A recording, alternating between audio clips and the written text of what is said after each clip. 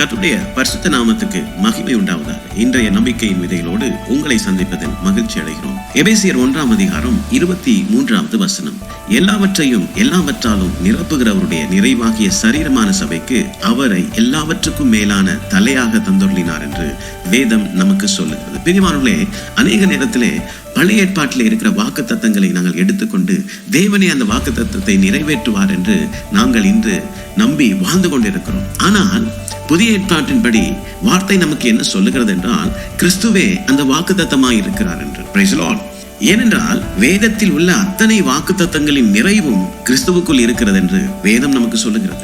நாங்கள் என்னத்தை தேடுகிறோமோ அது கிறிஸ்துவுக்குள் நமக்கு பரிபூரணமாக கொடுக்கப்பட்டிருக்கு. இன்று நாங்கள் தேட வேண்டியது வாக்கு தத்தங்களை அல்ல, கிறிஸ்துவை தான் நாங்கள் தேட வேண்டி இருக்கிறது. ஏனென்றால் கிறிஸ்துவே நம்முடைய வாக்கு தத்தமாய் இருக்கிறார். அவர் நமக்குள் வாசம் பண்ணுவதே அந்த வாக்கு தத்தத்தை நிறைவேற்றும். அவர் நமக்குள் வாசம் பண்ணுவாரானால் எந்த குறைவும் இல்லை. இதைத்தான் பவுல் சொல்லுகிறார்